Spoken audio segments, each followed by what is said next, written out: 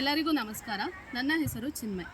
ನನ್ನ ಶಾಲೆ ಶ್ರೀ ಸೋಮೇಶ್ವರ ವಿದ್ಯಾಲಯ. ಈ ಒಂದು ಶಾಲೆ ನನ್ನ ಹಾರ್ಟಲ್ಲಿ ಒಂದು ಸ್ಪೆಷಲ್ ಮೂಮೆಂಟ್ನ ಕ್ರಿಯೇಟ್ ಮಾಡಿದೆ.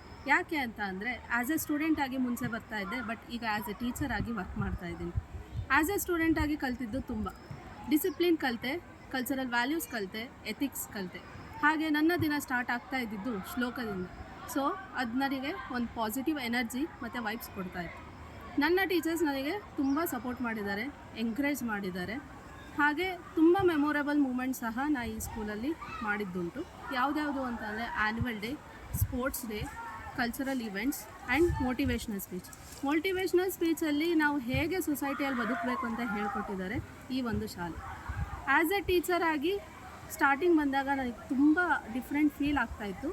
ಯಾಕೆ ಅಂತ ಅಂದರೆ ನನ್ನ ಟೀಚರ್ಸ್ ಜೊತೆ ನಾನು ವರ್ಕ್ ಮಾಡಬೇಕಲ್ಲ ಅಂತ. ಬಟ್ ಆ್ಯಸ್ ಎ ಸ್ಟೂಡೆಂಟ್ ಲೈಫಲ್ಲಿ ಹೇಗೆ ಸಪೋರ್ಟ್ ಮತ್ತು ಎಂಕರೇಜ್ ಮಾಡಿದಾರೋ ಅದೇ ಥರ ಇಲ್ಲೂ ಸಹ ಎಂಕರೇಜ್ ಮತ್ತು ಸಪೋರ್ಟ್ ಮಾಡ್ತಾ ಇದ್ದಾರೆ.